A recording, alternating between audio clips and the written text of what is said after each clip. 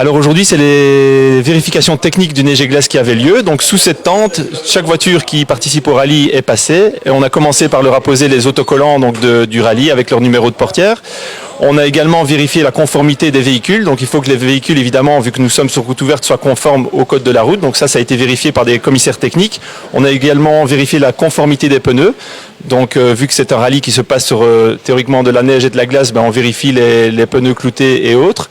Et on a également installé dans chaque voiture un petit boîtier GPS qui nous permet en temps réel de savoir où se trouve la voiture, de prendre également les chronos et qui nous permet également, pour la sécurité routière, de savoir s'il n'y a pas d'excès de vitesse, s'il n'y a pas d'abus de la part des concurrents. On sait en temps réel où ils se trouvent et ce qu'ils font.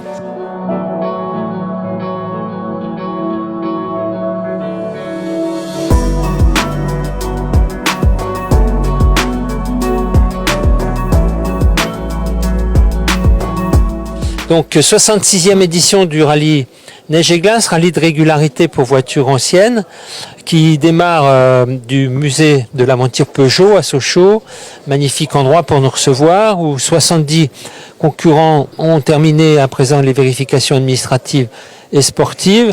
Le rallye Neige et Glace, qu'est-ce que c'est? C'est un rallye de régularité où la vitesse est proscrite, les concurrents doivent respecter une moyenne dans les zones de régularité à la seconde près, en essayant de surmonter avec cette moyenne tous les pièges que mettra en place l'organisation au niveau de navigation, ou routes sinueuses, épingles, etc.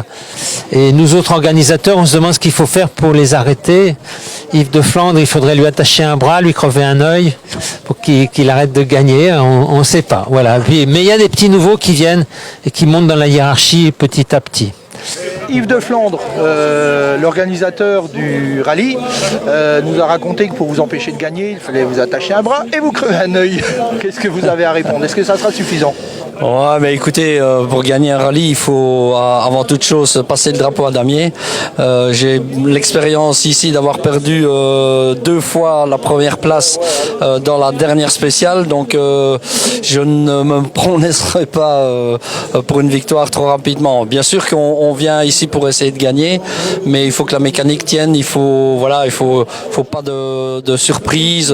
Il faut être régulier. Il faut pas d'erreur. Donc ce n'est jamais gagné que après le dernier mètre. L'absence de neige, ça vous chagrine un petit peu ou... Un peu beaucoup.